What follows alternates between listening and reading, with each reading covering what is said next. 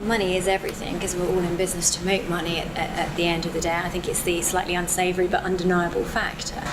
I would say as far as tax is concerned, it's important to be aware, particularly as your business starts to scale and you start to generate success, that there will be bigger tax implications than when you start up. When you start up, there's so much tax relief around, you can get really good grants, you may not even have to register for things like VAT initially.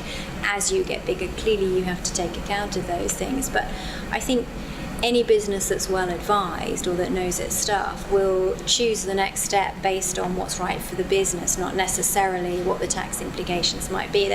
There are many circumstances where I think the tax situation is the tax situation. You deal with that because of the other opportunities and the growth potential that the business has beyond that in terms of sales and market growth. And sometimes if you're starting out as a sole trader, you take all the risks basically that comes with being a sole trader, and sometimes then when you do look at what benefits can you get when you do escalate your business into, for example, a structure where you've got less personal risk like a limited company, you have the benefit of then investigating the options that you can play with on tax and what can you set off against the expenses, for example. Yeah. So there's definite benefits in considering tax also as one of the factors when you do decide to potentially upscale to a limited company.